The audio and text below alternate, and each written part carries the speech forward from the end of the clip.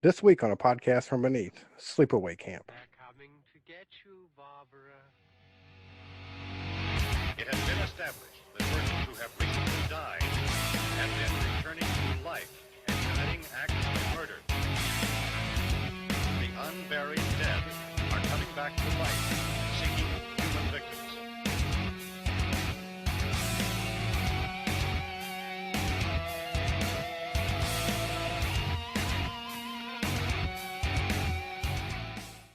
Billy, how's it going? Going pretty good. How you doing? Nah, I'm doing all right. Mr. Poe. I'm doing fantastic. And Eric is back. Thanks, Eric, for joining us this evening to talk about, I guess, what your favorite movie, right? Sleepaway Camp. I am happier than hell to be back and to be talking about this movie. Oh man. Yeah, I didn't realize that it was your favorite movie. I knew you had posted that you were watching it recently, but I didn't realize it was your favorite when I asked you to come on. So That's awesome. I don't know if I can say it's my favorite of all time, but it is up there in, there's like, everybody always says to a filmmaker, what's your favorite movie? And that's like saying, what's your favorite, star in the sky. It's real kind of hard to do that. And that was a really cheesy example, but nonetheless, the point stands to reason. And, then when you start listing, okay, all I can do is sort of come up with my list of essential films that like I cannot live my life without. And that's where you start putting all your, the people are going to start giving you your AFI top 100 or whatever. It's like Citizen Kane and Casablanca and all that. And for me, it's like Sleepaway Camp, Female Trouble, just this list of these grungy indie films. It's like picking your favorite candy bar. Like you're just at the store and you're like looking at them. You're just like, which one do I choose? I think that's whenever we ask people that question, it's hard for us to answer too, because there's so many great stuff out there. But yeah. Well, here's going with your candy, analogy. It's like you're standing there at the store and you got this shelf full of candy, and it's like I got the money for two, right? And there's 20 there, and so you've got to choose two of those items. And what do you go for? You go for the candy with the strongest, most memorable flavor, and that's fucking Sleepaway Camp. Yeah, exactly. Well, I was thinking today, whenever I rewatched it, I don't know if this is nostalgia. I don't know if it was when I first seen the movie, I was a young kid and maybe related to it more. But I got to say, I think that this movie is better than the first Friday the 13th when it comes to camp slasher movies. Am I nostalgic in thinking that, or is that a true statement? No, I think that Sleepaway Camp, it kind of like had some, kind of pushed boundaries a little bit with the, with what they were going with. Like Friday the 13th is, it's not the first of, the slashers, but I don't know. Sleepaway Camp's in its own kind of league to me. And that's why I like it. Billy, what do you think? Better or worse than Friday 13th? I don't know. I probably like Friday the 13th just a little bit more, but Sleepaway Camp is definitely unique. It's one of the most unique slashers. Yeah, there you go. Yeah. I was more surprised of that ending than I was for Friday the 13th, finding out the mother, Right. But this one surprise was, I was like, well, I didn't expect that. Oh, wow, that's different. Yeah. Eric, what are your thoughts? I think it's interesting that Sleepaway Camp came out the same year as Friday the 13th Part 3D. Because with the third Friday the 13th, they'd really sort of established their formula, and all of the tropes that we now know really came together in the third and the fourth films, not only for that series, but for, the copycat slashers. But Sleepaway Camp, rather than sort of borrowing the trademarks of Friday the 13th as they were known, in 1982, 83, 84, which is a masked killer who's wandering around an isolated area and killing off kids. Instead, they went with Sleepaway Camp back to the original Friday the 13th, which almost nobody copied afterwards, which was the idea of it being a whodunit and you're trying to follow the clues to figure out who's killing these people off. And whether it was on purpose or it was by accident, Sleepaway Camp does not. It's the ultimate misdirection, because you're sitting there the whole time watching and going, of course it's, spoilers. Of course it's Angela. Angela is the one killing people off. You get absolutely no clues in Friday the 13th who the killer is. But in Sleepaway Camp, you're sitting there going, oh, this is so predictable. Duh, I know where this is going. This big twist is going to be no twist at all. And the fact that you're looking left is why they throw this massive curve at you from the right. And from that perspective, Sleepaway Camp is a much, much better film than Friday the 13th, with the exception, the one fact being that the chair jumper scene at the end of Friday the 13th with Jason bursting out of the lake is fucking classic. And there's never going to be a jump scare as effective as that. But there's never going to be an ending as effective as Sleepaway Camp, which the entire movie built to and is seeded with so many clues that, unlike something like The Sixth Sense, which you watch it, you get the twist, and then maybe you watch it again and go, I see. All right, no one's talking to Bruce Willis. Sleepaway Camp, that entire movie just begs to be rewatched and rewatched and rewatched, because when you know the ending, everything gets creepier every time. Oh, yeah. And, like you said, they kind of like misdirect you. She's, all these kids are surrounded by a bunch, there's a lot of creepers in this movie. Like, some of the adults that are there and some of the teenagers are like, okay, it could be the snooty, bitch girl. But then you're like, well, maybe it's her cousin / brother, or, you know what I mean? Like, you're like, maybe it's him, or, because he's real angry. He just like, he's like a short fuse. So whenever I first watched it, I'm like, is it that damn kid, or is it like one of these other teenagers, or, I just didn't know. I didn't really think that's actually something I want to talk to you about. I really want to get your take on this, because the movie at the end leads you to, the ultimate conclusion that it was Angela, and the twist was not that Angela was the one who was killing people at the camp.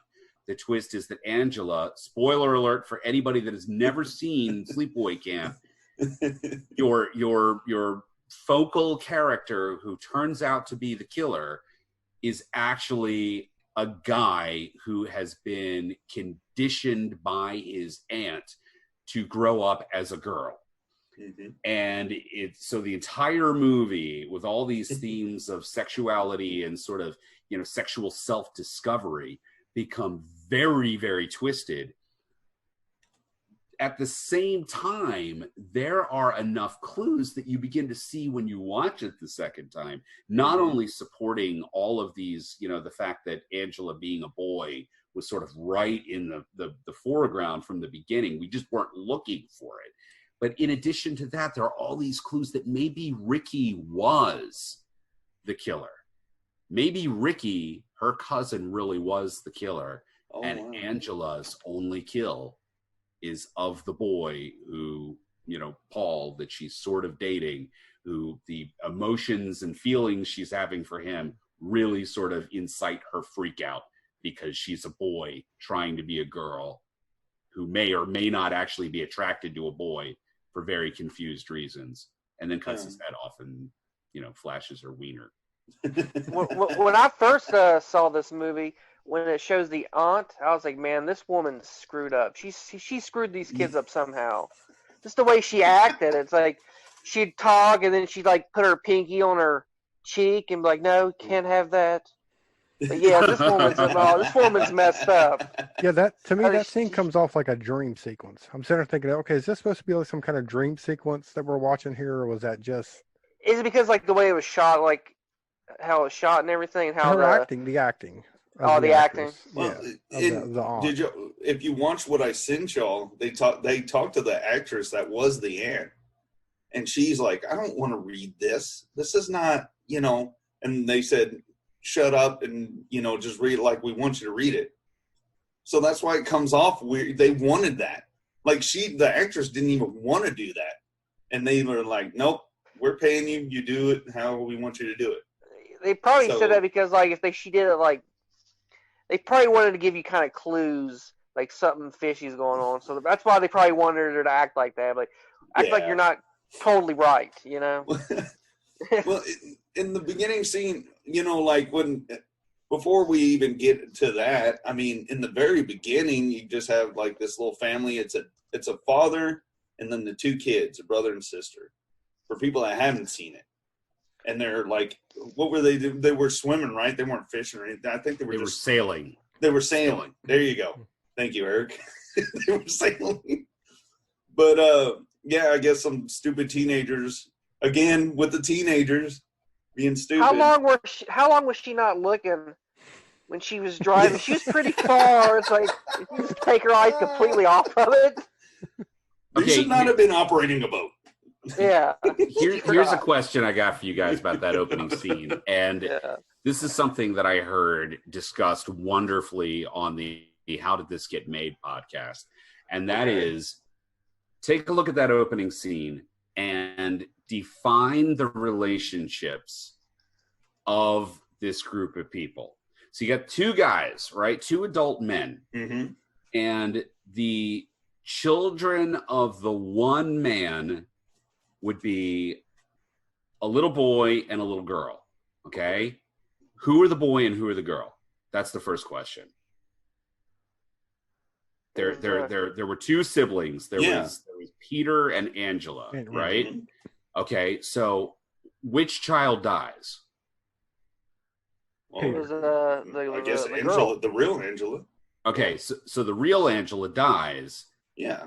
But they're talking about Ricky coming over, and the doctor is on the doctor's sex is never mentioned, but the doc is on their way right now, right? So what is the relationship of the two men? They're lovers, right? Are they? Because they had that flashback where Angela and brother were like giggling while wasn't her father and the guy in the bed kissing. Right. So so you said lover. I thought you said brother. Okay. Oh no, lover. Okay. Okay. I was like that would be an even more fucked up movie than it already is. Me and your uncle are wrestling. Get out of the room. But you got the two kids, and the one is Peter and one is Angela, and Angela dies, but what happens to the other guy? Yeah. Golly, I never thought of that. Are they like legally married? Are they just they were dating? probably hiding their love and stuff, maybe. Yeah. Okay, but then at what point would they ever be in a situation where they would both be in bed and those two children?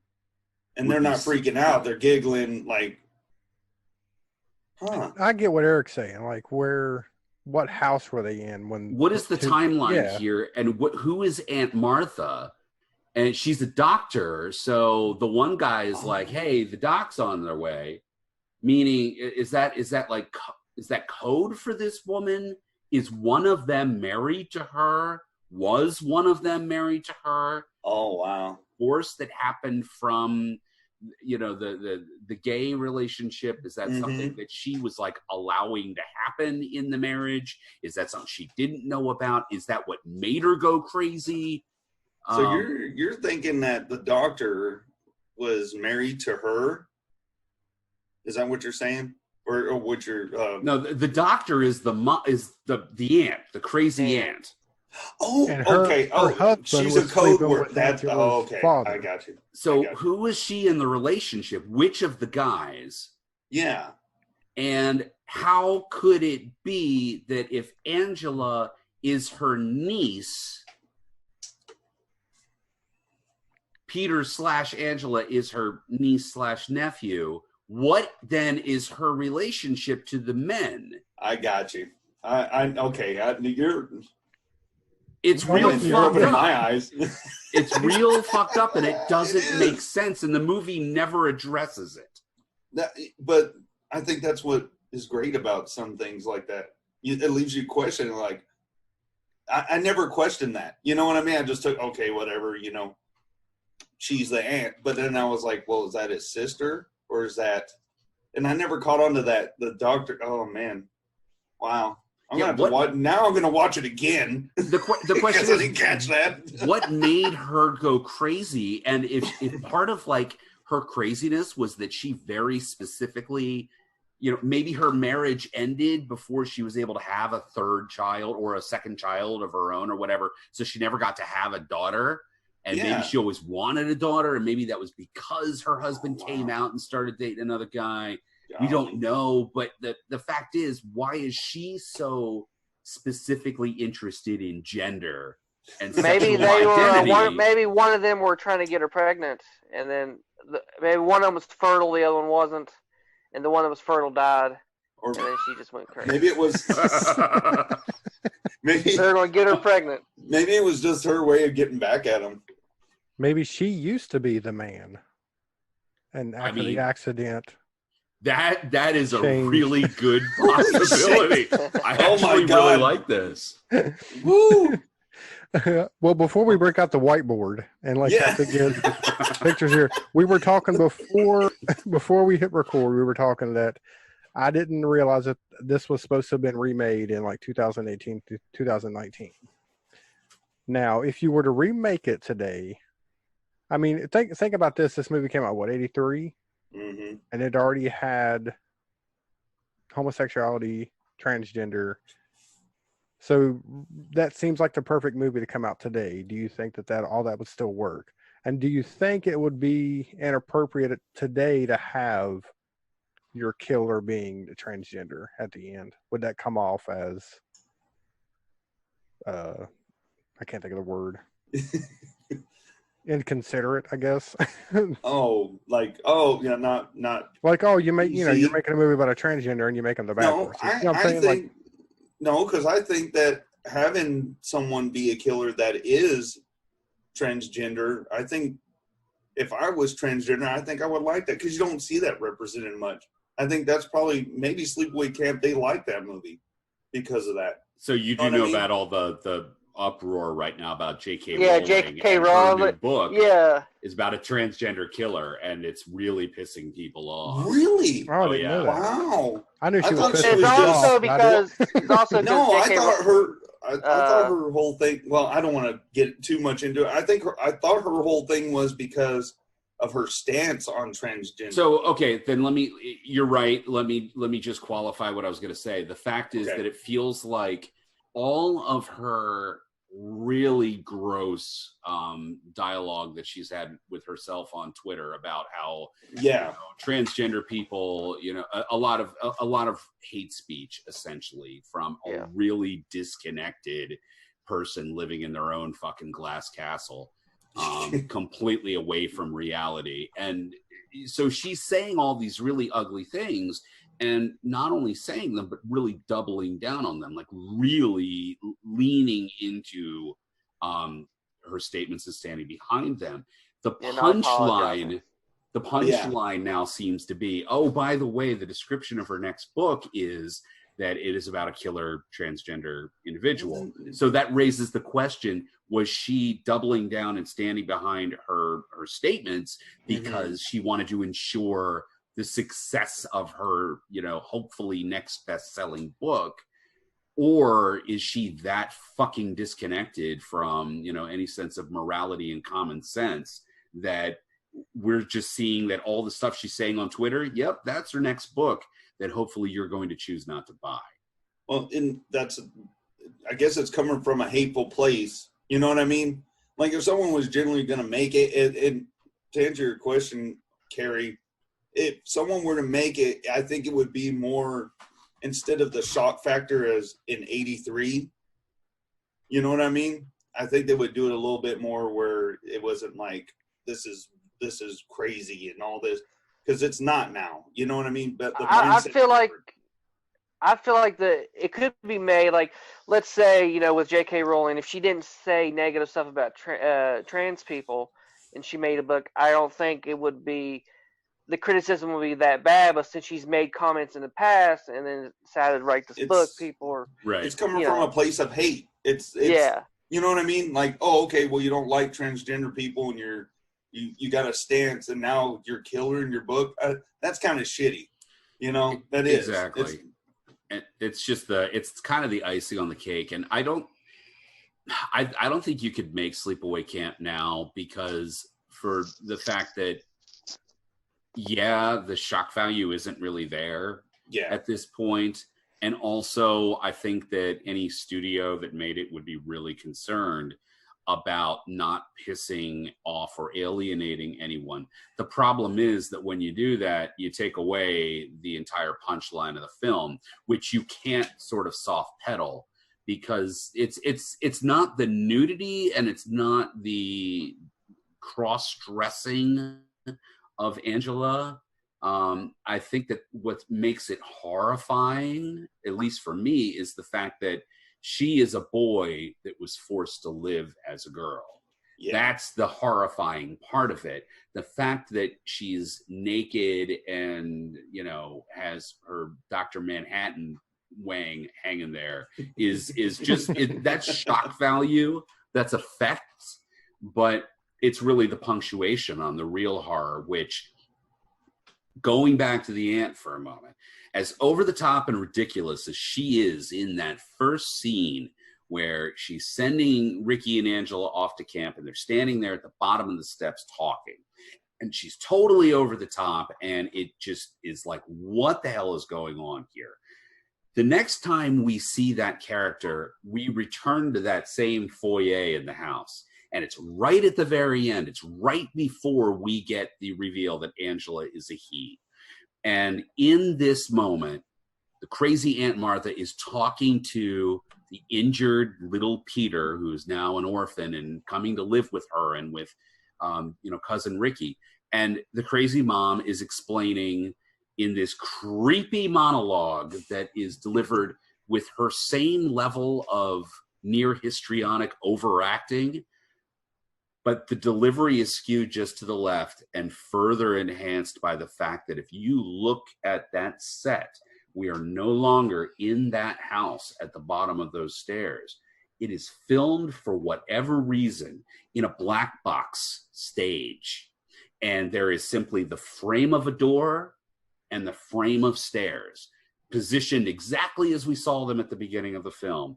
But now it's like the memory is taking place in some stage reenactment, which just further underlines and gives one more example of the fact that Sleepaway Camp can never be remade because it is an accidental work of genius. Yeah. That combination of really high ambitions on the part of a first-time director and sheer ineptitude from everybody involved.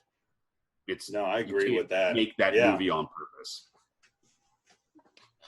Yeah, and plus I think if they try to make it today, they would try to purposely put some meaning into it, and they would just ruin it. You just need that. PG-13 anyway. Probably, yeah. Yes. Yeah, it would. They'd make some kind of teen drama mixed in with there or something. Yeah. Not as bloody as I remember it, but still some decent death scenes in this movie. Oh yeah. Oh, when Martin Landau got stabbed with the bow and arrow. that is a cool scene, and when they talk about it, the behind the scenes thing of how they did that, that's pretty neat. It was like split second, and it was like in his throat. It was like, oh damn. Yeah. It's pretty the cool how they rigged that up. The most effective death, I think, as a kid watching it, was whenever they find the kid in the canoe and the snake comes out of his mouth. Yeah. As a kid, that was effective. Watching it now, the stabbing in the shower when the knife goes down the shower stall. I think that's probably my favorite death scene. The most painful has to be where I get scalded with hot soup. That is my favorite one. That's my favorite one. All right, the fact that you guys are listing every death except by cauterization in both orifices by way of a curling iron. Oh yeah. So I take it that's your favorite? I think that should be everyone's favorite. I think people have never seen the movie that should be their favorite. No, I like the scolding of a burner. Yeah, I like the scolding of a pedophile. That just brings joy to me. Yeah, I gotta say, those kills, I mean, they're really effective for what this movie is, and considering how bad so much of everything else is around it, the cook Artie being scalded, as you said, you're watching those blisters form on his face and oozing and popping. That's fucking nuts. And the part that you were talking about with Mel getting the arrow through the throat, for decades they refused to tell how that trick was pulled off, and no one could figure it out. So fucking genius. Mm-hmm. I can't remember how many times I rewound that VHS tape trying to see how the arrow went into his throat. Amazing. It's amazing. They did some, and that's what I love about these older movies, but from the movies from the 80s. They just had to come up with ways. They had to, pretty much MacGyver this shit. Like, how are we going to do this? And then someone just shows up and knows, okay, I'm going to do this, or they heard how someone else would do it, talking shop with other special effects people. I don't know, but they had some amazing stuff back in the day that they just, take for granted. I think everybody goes computer now, they just go to CGI or, They do, and that's why, I mean, I think probably whatever kill you like the most, there's some really, really striking things that are going on in the film visually. And I mean, the curling iron death is fantastic. It's the best one, but I think what makes it so good is that it's all inference. It's all a shadow play across the wall. You see the curling iron go open and go down, and then the two hands come up, Judy's hands, as she's flailing. It's so well done. And it's also super creepy because when that door is open, watch the movie again, or at least watch that scene again. When the cabin door opens and she's looking at the figure that's backlit, and she's saying, "Oh, what are you doing here?" And the figure comes in and kills her. Freeze frame on that image and tell me who that is in the doorway. It looked like Ricky to me. Well, with a wig on. Ricky with long hair. Yeah. So what the fuck is that all about? Well, and I'm glad you brought that up, because I watched the behind the scenes thing, and they said that Felicia's mother did not want her doing that kind of stuff. Right. So they did get that child actor that played Ricky. He did put on a wig and he did do all that. But then he was like, it wasn't meant to be me. It was supposed to be her, but her mom didn't want her to do it. But also, I mean, are they just saying that? You know what I mean? Are they is it just a mind fuck they're doing? Here's the thing. You're absolutely right with your history on it, because Felissa Rose's mother did not want her participating in all the kills. As such, Jonathan Tiersten, who is Ricky, was doing all of whatever you saw close up hands doing a thing. That was always Jonathan Tiersten. And it made sense within the reality of the movie, because technically Angela would have boy hands. Yeah. Now, the thing is, that backlit shot right before Judy gets it absolutely was Jonathan Tiersten in a wig. And every version of the film that's come out, going all the way back to VHS, nerds like myself have freeze framed and tried to figure out who the fuck that is, because it was always fuzzier, on tape or on DVD, and you couldn't quite make it out. It looks like Ricky, but long hair like Angela. But then there was also the whole added fact that it's also the same silhouette as Mozart, the kid they keep pranking at the beginning of the film, who had the knife and attacked Ricky with it, that was then confiscated and used later on to kill what's her face, Meg, in the shower. Yeah. So, but the point is that we all find out eventually, through trivia and interviews, that it was Jonathan Tiersten wearing a wig, standing in the doorway, backlit. We know that now. But the fact of the matter is that what happened, in the making of the film is what happened in the making of the film. What's in the movie is text. And so, thus, that figure standing in the doorway, we can all now see in high definition, is Jonathan Tiersten as Ricky wearing a wig. what the fuck is that all about? Because that's who it is. Yeah. It doesn't matter who it was supposed to be. I get what you're saying. Like, if they, like, updated it, why didn't they just kind of superimpose her? You know what I mean? Instead of just leaving it like it is. Yeah, yeah. I get what you're saying. That was the only person Ricky killed was her. He's like, but going back to the nature of gender and identification, why would Ricky be wearing a wig? Is my point. Yeah, Probably because he knew his. Oh wow, yeah. Yeah, even if he's was messed protecting, but even if he's protecting Angela, he doesn't need to dress up as a woman to do it. You know what I'm saying? He's going to kill these people anyways. They're not going to give away his secret. And why would that be his inclination to dress up like a woman to do it? I mean, don't most bank robbers put a ski mask on? Yeah. Why the gender-based approach to it? Yeah, that's interesting. Because I know that maybe if she saw him that it was him, she'd scream, like, there's a boy in the cabin or something. So he's like, well, she really can't see me. Well, then on the other hand, he could have put a bandana over his face or something, you know? Yeah. I know what you're saying. Right. He gave her some lovin's last summer, and she rejected him. Well, because the only person that I guess, to me, could have given away his true identity was the cook. Because I don't think the cook died, did he? I mean, got burnt really bad. He can't talk anymore. He's in constant pain. He's always screaming. He hurts so bad he can't even talk. Yeah. So I would think that would be the only person that would give up his secret identity. So I don't think he really needed to hide who he was killing everybody else. So I'm thinking if that was really Ricky, then I would say that he is also probably he was probably also raised that way to be a cross-dresser or something like that. Before she came into the picture, probably. Because then at the end, at the same time that Judy is being cauterized, you've got, which kills her, by the way. That's insane. Yeah. I'm trying to figure out how that works. If that was like a heart attack brought on by cauterization of the yin and the yang at the same time. Oh, man, I don't know. Regardless, at the same time this is happening, you have a group of like 6 very small children who are taken out on a camping retreat. So Meg is in she's in the cabin right next to Judy taking the shower. And so the killer takes out Meg while she's in the shower and then gets Judy, right?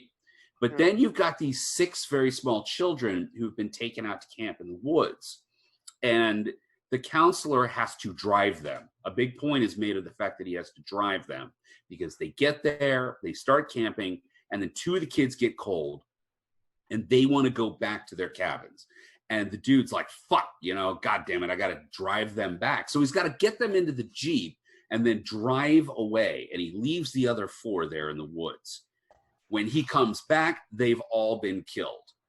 So the question is, how far did he drive exactly? How did the killer get from those cabins then out from some distance that needs to be driven to murder 4 children that they would not know the location of, and then makes it back to the waterfront to go on the date with Paul and cut his head off?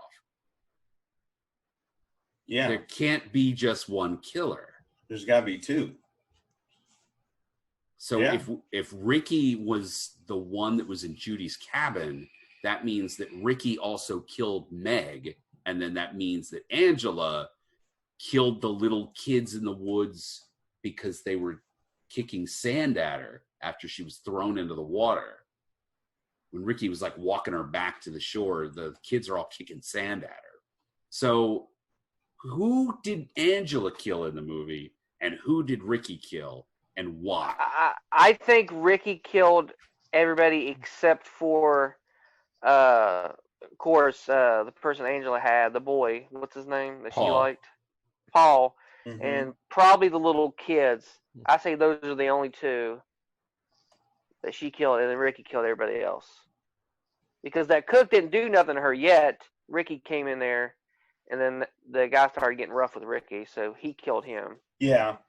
And Meg and Judy's been giving Angela shit. Plus, Judy or whatever her name is, she's not talking to Ricky anymore, so that pisses him off. Bam, they're dead. Well, what about the the guy that gets shot in the throat? Like what would Ricky killed him. Well, I know, Ricky but killed like him why? Like because he knew that that he didn't say anything about the cook. No, because he was already pointing fingers, like he's the one that was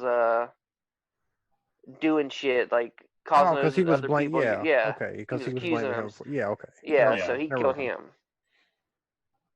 Because just that whole thing with I can't remember the character's name that got shot in the throat with the arrow. No. Martin yeah. Landau. Yeah. So him not wanting to shut the camp down was kind of like the Jaws "don't close the beach" thing, right? Yeah, Yeah. you always got that guy. But there just seemed to be more of, what I'm saying, like between him and the cook. I thought maybe he was also maybe a little bit of a pedophile. Well, that girl's young. I don't, what's her name? Meg. Meg could not have been street legal. Yeah. At least not in the plot of the movie. At most, she was in college. But either way, this dude is like old enough to be her grandfather, and she's dude's like in his really, 60s. yeah, she's really angling to hook up with this dude, and she gets excited about it. And she's like, "I got a date tonight," and she, won't tell who it's with, but she's really interested in hooking up with this guy, like genuinely interested. Yeah, it's and she's weird. in the shower doing her little like marching band song and soaping up and shit. And Mel's out there with his knee-high black socks and cigar that he's chomping on. And so technically he is a pedophile. Yeah. I would say so. Or at least is walking the line of being one. Just a creep, pretty much. But that's what I thought. What normal person's like, you know what, this guy, he runs a camp. Let me get his number. I'm gonna go out with him. Like what young girl says that? Like, guy runs a camp, he's doing big things. People have fetishes, man. I don't know. Her kink is like, man, these guys that run camps, there's something about them. There's just something about, maybe this is an anti-bullying film. Maybe a lot of it has to do with that. Sure. Yeah. You know what I mean? You're gonna get like killed. you bully someone, you're gonna end up, underwater, or you're gonna have scalding hot water on you or an arrow through you, because all these people really are. I mean, from that perspective, though, that they're assholes. Well, and that's the really interesting thing about this movie. Everyone is an asshole. Everyone is dialed up to 11, and there's not a single character who is not an insufferable asshole. Mm-hmm. And even the characters who aren't yelling and screaming and saying "fuck you" and all the just casually saying "fuck you" to everybody. You got characters like James Earl Jones's father as the other chef who looks at Artie the pedophile, who's like, where I come from, and we call them Baldies, and he's like, oh, Artie, that's you, ha ha ha ha. It just dismisses it. Assholes. Yeah, just like these assholes by default. And everyone's just screaming and mean and, no one does anything that's genuinely nice. Even Paul, the kid who's supposed to be the good guy that's trying to woo Angela, is basically an incel, He's just like, come on, let me touch him. Let me touch him. Yeah. I'm mad now because you won't let me. Everyone is just a fucking asshole in this movie. Or has issues with sex, really weird issues with sex, parent issues, possible sibling issues, self-analysis and a knowledge of who the individual is sexually or whatever else. There's all this confusion and pedophilia and sort of hate and fear of the sort of alien, other sort of emerging, homosexual movement that was, really starting to explode in the 80s. And, AIDS following that. And the movie really is just filled with anxiety about every fucking thing in the world. And so everyone is coming off as this hostile lunatic in one way or another. That Oh, counselor, well that said. one dude, he seemed like he was the less shitty one. Oh yeah, You know what, the guy in the red shorts? Yeah, the red Yeah. short guy. Yeah. Yeah, he was the only normal one, but it was like, dude, Everybody else was you a need real big old Yeah. scumbag. Get some better shorts. What are you doing? Well, that was the style There's back kids then. eating in here. His character just needed a cape. He Yeah. just needed a cape. He looked like a superhero in those red track shorts and matching skin tight tank top that he was wearing and power mullet. God, It was amazing. It was absolutely amazing. But of course, nothing wardrobe wise can possibly top the cop who shows up in the middle of the film and delivers an absolutely terrible performance. And he's this youngish gentleman with a brown mustache that looks kind of like a hairy caterpillar on his face. Yeah, And then, why? Why then, with the like, mustache? he goes and does another film role, shaves his face. They need him back for the end of the movie. I don't know why they needed him, and it couldn't just be a different police officer. Yeah. But instead, it had to be this guy. They bring him back, and they put this thing that looks like a fucking comb on his upper lip, like a felt comb. It's the worst goddamn thing I've ever seen in my life. It's laughable. And then you don't question why they couldn't do that to Henry Cavill for Mission Impossible. Yeah. I'm a method actor. I only grow my own. Damn it. No, I mean, but that's part of these movies too. That's what I hunted for. Back in when you went to the video store, you always hunted for a movie that you and your buddy could laugh at. Like there's some funny shit in this one. From the creeper saying the weird shit he was saying to the mustache, you saw those things. You're like, what the hell is this? But I think that's part of its charm. And I agree with you, Eric, that this thing accidentally became brilliant.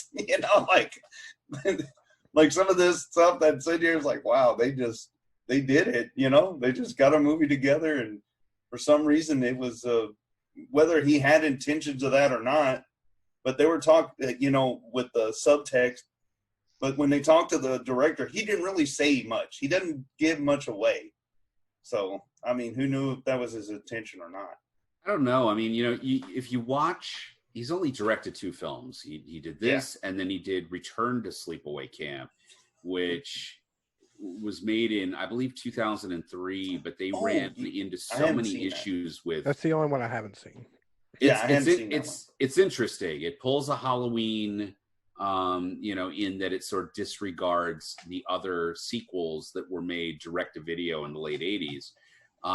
Return to Sleepaway Camp is the only other film that Robert Hiltzik made after the original Sleepaway Camp. It was made in 2003. They ran out of money and couldn't raise the money to finish it properly, and then they finally got it done. It came out in 2008, and it is the second angriest fucking movie I've ever seen in my life. Wow. Just everybody is loathsome and awful and screaming and shouting and teasing and belittling and objectifying and molesting, and it's just so awful. Please don't get me wrong, I love it very, very sincerely, but you have to sort of look at the director at Hiltzik and He's say, just an angry man. yeah, what was going on there, Yeah. man? Is he one of those guys that is, real quiet, real buttoned up? He doesn't do a lot in the way of interviews. He's certainly not like me running the mouth. But then all of that comes out in his filmmaking, and there's just so much there that he is sort of just puking out this anger that he stokes the flames, and everybody else that's contributing, everyone on camera is just playing a loathsome character. And you have to wonder, I mean, again, how much of that is just you know, all of these elements coming together the right way to produce these performances. But you don't really get the sense that everybody was trying to be unlikable, but they all just came off unlikable. Everybody. It was the part that was written for him. Yeah, it was just, I mean, it's like there was just so much ugliness marinating in the film that even somebody that doesn't do anything, you know, outwardly terrible comes off as, you know, you're talking about the Counselor Ronnie that, you know, we're like, okay, he was the least shitty person there. But he just looked the other way as shitty things were happening. And he was in a leadership role at this place. Yeah. And then you got other counselors who are fucking throwing chairs angrily and other counselors who are, you know, ganging up on the kids that they're supposed to be watching over. It's, oh my God, just, I'm sure I've said it already a billion times, but I'll just say it 1,000,000,001. This movie is fucking mean. And I love it. Yeah. Love it.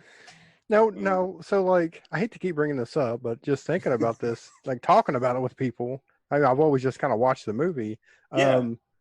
Was it normal in the 80s just to have, like, write a character that's a pedophile and just be like, oh, this will be a good scene? You know what I'm saying? Was it normal back then? No, because I don't think you're not gonna do that nowadays. You know what I'm saying? in Just to have 84, it, yeah. Freddy Krueger was supposed to be a kitty toucher who Mhm. then killed his victims. And because of everything that was happening with the McMartin preschool trials and the satanic panic and the belief that kids were being molested at these preschools, that whole angle was really downplayed. And Freddy was, you know, turned into just with finger A killer, quotes, yeah.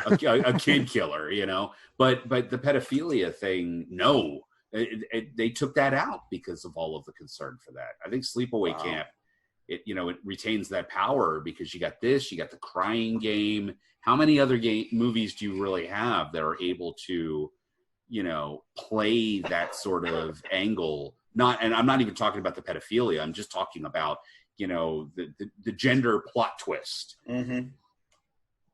Yeah, I mean, it's good that the character dies. It's good that he gets, you know, they get revenge on him, I guess. Sure. But it just seems like I just don't think you would do that nowadays.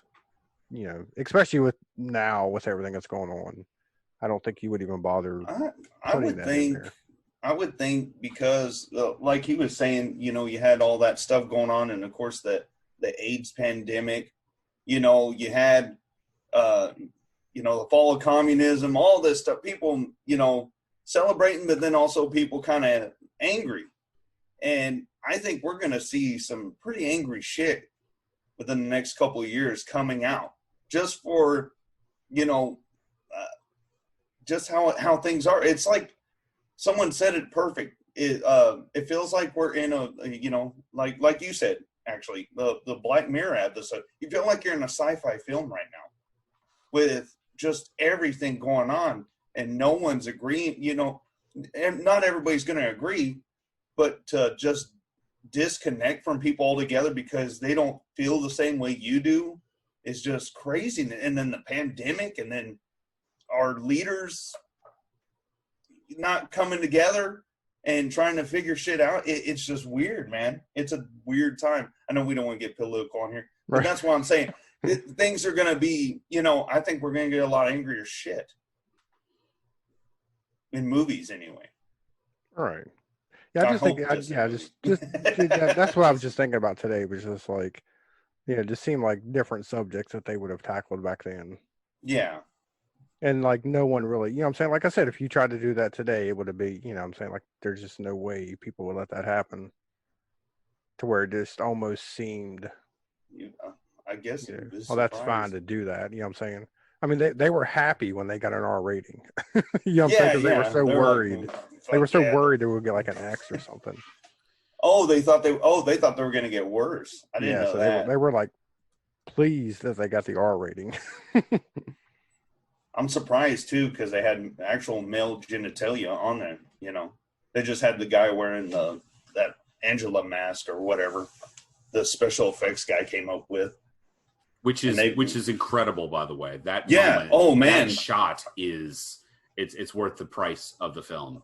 Dude, the breathing, the shot and the breathing, like the, and I was just like, that freaked me out at the end. I was like, what the fuck? This is crazy. Now, Billy, when did you first see this movie? I saw this movie for the first time 5 years ago. 5 years ago. So you were like because I saw it when I was a kid. Like I saw No, it. I saw it when I was probably about like 26, probably. Yeah, like I would have seen it when it came out on.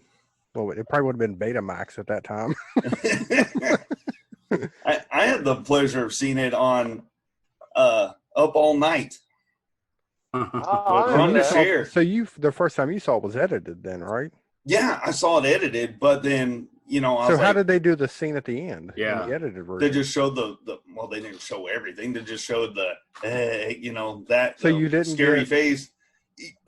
You knew that person was nude, but you didn't, it was weird. Was it the full shot and they shaded out the penis? I think or so. What, did they crop the image into just like the waist? I think they just cropped it in at the waist. If I remember, I mean, golly, dude, this was, I'm Sure, trying to right. remember. But whenever I was exposed to those movies, edited or whatnot, I went to the video store and looked for it so I could see what they wanted you to see, So that's the first time I saw it. I caught it on Up All Night. I think it was just, that was my ritual, man. I used to watch Saturday night, that too. Friday night. Huh? Who hosted Up All Night? Gilbert Rhonda Gottfried. Shear- Gilbert Godfrey and then Gilbert Ron- Godfrey. yeah. Yeah. Yeah, we Fuck, didn't I like forgot Gilbert about that Godfrey. shit. I used to watch that shit all the time. I was a hardcore watcher of USA Up All Night. Oh, and yes. I mean, it was great. You got Alfred Hitchcock Presents and, Oh, yeah. maybe a Ray Bradbury theater or a new Twilight Zone. And then you'd get the crazy movie that would come on at 10 o'clock. And then the next crazy movie that came on at midnight. And the next one that came on at 2 a.m. I miss those days, getting some popcorn, sitting on the couch, just watching them. Oh my God, yeah, and the interstitials with wherever Gilbert Godfrey or Rhonda Shear was that night, whatever city they were in and whatever they were doing, running around and doing stuff during, between commercial bumpers and whatnot. It was great. I just can't, for the life of me, imagine how I missed ever seeing Sleepaway Camp on USA Up All Night, and B, how the fuck you show this movie on when was this, the late 80s, early 90s? Yeah. Oh, man, it was early night. Yeah, it was probably I want to say 94. Yeah, I don't know 93, 94, right? I don't know how you'd even do that. That's insane. It is that, but I remember seeing it edited. I do remember that, and it has to be up on. It was on that show. Yeah, Because they had Toxic Avenger, they had fucking Troma's catalog too. I just can't imagine this movie having the same impact edited like that. Especially with all the profanity also. I mean, you'd have to be cutting so much of this movie. Well, that's how I watched Toxic Avenger, and they cut out parts of that too, and that one's pretty crude with language and nudity and violence as well, and they cut a lot of it out. You did not have a good childhood. Well, I mean, yeah, I did, because I got to see Up All Night, and then I was like, oh, this movie looked kick-ass. I know I'm missing something. So, you would go that. Or you had the luxury of Joe Bob Briggs telling you on TNT Monster Vision, okay, well, this is in this, but you're not going to see this. So you're like, oh, shit, now I got to go to the video store and get this shit. So we talked about Return, but what are your thoughts on 2 and 3? Well, you sort of have to divorce them from the first movie in a lot of ways because they're not. Hiltzik sold off the rights to Michael A. Simpson and his production partners, and Sleepaway Camp 2 and 3 were shot back to back, sort of Roger Corman style, at the same locations, with the same crew, over 6 weeks or something. But they're so different. It's really weird how different they are.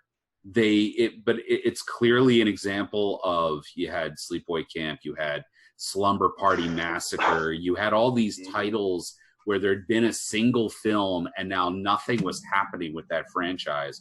And all of these people like Roger Corman were coming along and saying, let's buy the rights to that movie because we can put a 2 at the end. and then we can bypass movie theaters, go straight to video stores, because that's a thing now. Direct-to-video horror films that debut on VHS. And that's what they were doing with these things. And they were, there was no sort of vision behind them. It was like, okay, what's popular right now? Well, Freddy Krueger's popular right now. So let's have Angela tell a bunch of jokes and puns and whatnot when she kills people in very Friday the 13th ways. It's just so strange the way, that's sort of metamorphosized. Yeah, they definitely don't have the story. They don't have the story there that you get in the first one. I mean, it's like you said, it was just let's just make a part 2 and a part 3 just to make money, and we don't really need any kind of depth to the story. It's just going to be death scenes, right? A reason to get her to the camp, and then she'll kill a bunch of people. I was really shocked to find out that the woman that plays Angela in 2 and 3 is the sister of Bruce Springsteen. Oh, God. That's his sister. It's real weird because you have Pamela Springsteen as Angela in parts 2 and 3. And then in part 2, you've got Charlie Sheen and Emilio Estevez's younger sister, Renee Estevez, as the final girl. And beyond that, it's like all of these character actors who are playing roles that in the first of the duology in part 2, Unhappy Campers, all the characters at camp are named after Brat Pack actors. Like every character, even if they're named, like TC is a character, and TC stands for Tom Cruise. Everybody's got a name of that generation. And then in part 3, Teenage Wasteland, it's like you've got these 2 groups of kids at camp, and you got these tough kids, and then you got these rich, spoiled kids. And the tough kids are all named after West Side Story characters, and all of the rich kids are named after the Brady Bunch. It's real weird. And then you look at it and you go, oh, these movies were written by Michael Hitchcock, who later would go on to be in all the Christopher Guest movies. He's writing under a pen name. Now, well, also in part 3, Teenage Wasteland, there was the character who was also a pedophile, if you want to say. Yes. And he was played by the guy, I recognize him from Star Trek. Yeah, the original series. Yeah, right? the original series, but I don't really, and I think he was in Scrooge. Oh, man. But I know he plays in a bunch of other stuff. So I just like, name? I just wonder if they done that just for comedic effect, or if they were really trying to just have it there. Are you? His Sorry, name is. Go ahead. No, I'm trying to think of the guy's name. I just heard it today too. Damn it. He was in the episode about the kids who never grew up or whatever on Star. Yes, he was. Shoot, his name was Michael J. Pollard. Michael J. Pollard. That was his name. Yeah, but that was another. Yeah, they tried to, I guess, do that there with that. I don't know. Billy, you said you've never seen 2 and 3, correct? I have not. Eric, should he watch 2 and 3, or should he just stay away from them? It depends. Do you have any interest in seeing what happens after the final scene in the original Sleepaway Camp? Is this a story where you're burning in your heart to know what happened to Angela next? There's a little intrigue, see what happens. But I'll probably eventually watch them one day. Could be 20 years from now. Could be tomorrow. Then I would say the flame in your heart is burning low. Yeah, if that's the case, then it's not worth your time. I don't think I'm weird, but if I watch part 1 of something, I have to go and watch the other ones. You know what I mean? Like I sat through the Hellraiser catalog. I sat through all. Oh man! Yeah, all the Hellraisers.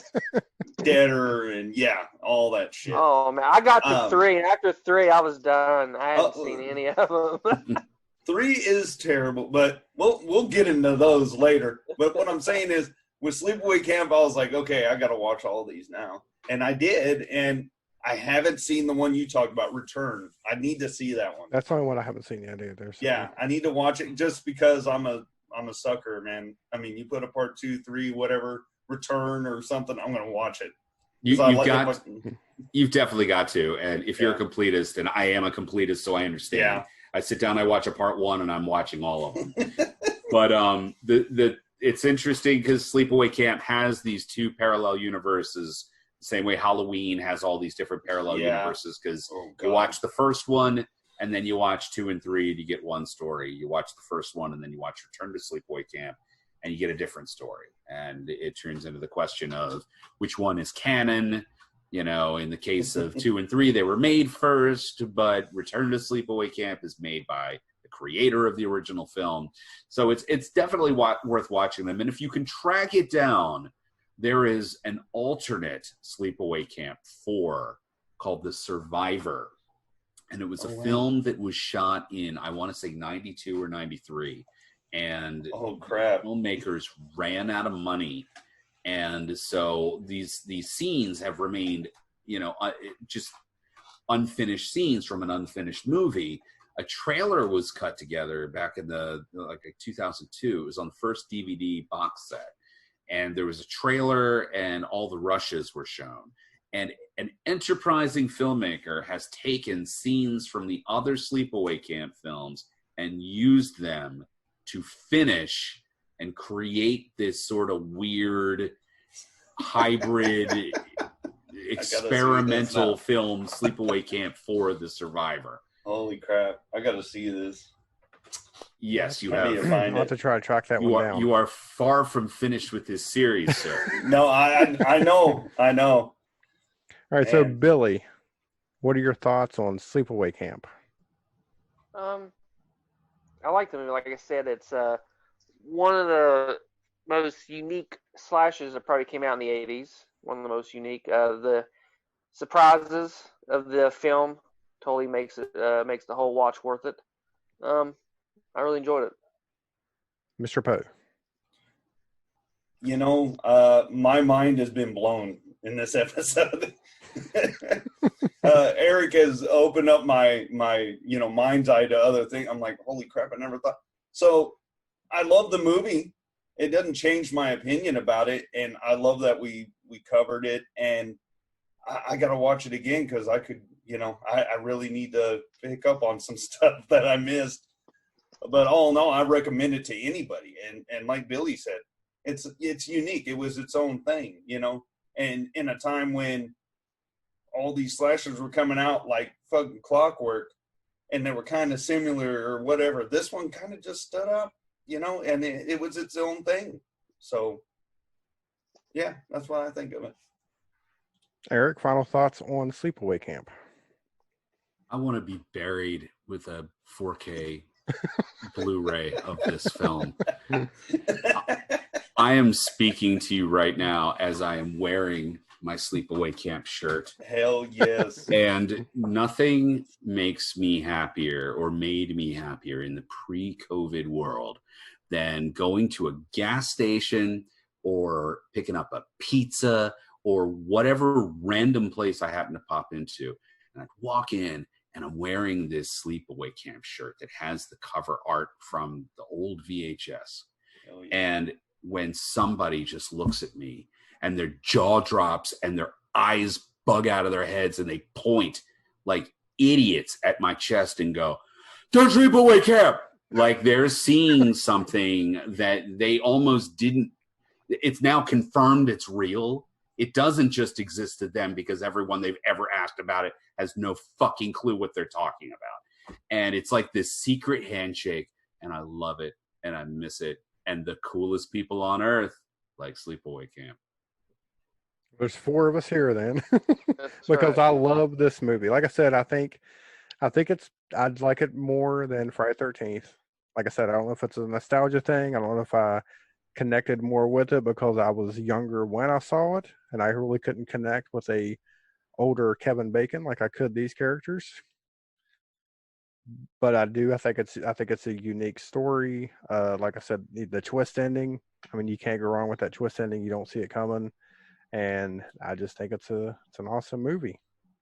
And can I just piggyback for just 1 second on Go right something ahead. you pointed out that I can't believe none of us have mentioned yet? And that is the fact that when you said just now that you're able to connect to the film, or were able to as a kid in a way you couldn't with Kevin Bacon, that's because this is the only summer camp movie with actual children in it. Yeah. There are actual children in peril, or actual children who are protagonists, plot motivators. And instead of like teenagers who are 30 years old playing 16-year-olds or whatever, you've got 12 and 13 and 14-year-olds in this film. Plus, You're it was right. filmed. It was filmed at the actual summer camp where the writer-director went to summer camp.